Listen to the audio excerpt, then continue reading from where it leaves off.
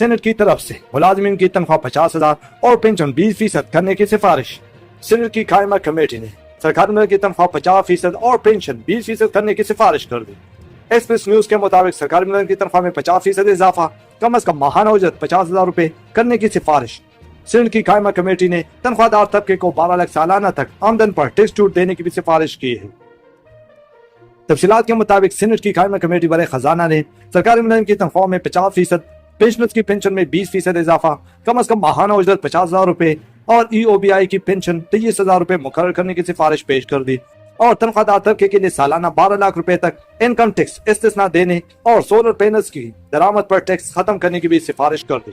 Pakistan Peoples party کے senator سلیم مانڈوی والا کی سربراہی میں سینٹ کی قائمہ کمیٹی برائے خزانہ نے آئندہ مالی سال 2025-26 کے وفاقی بجٹ پر اپنی سفارشات تیار کر کے پیش کر دی ہے۔ کمیٹی نے سفارش کی ہے کہ ریٹائر ملازمین کی پینشن میں 7% کے بجائے 20% اضافہ کیا جائے، سرکاری ملازمین کی تنخواہ میں 10% کے بجائے 50% اضافہ کیا جائے۔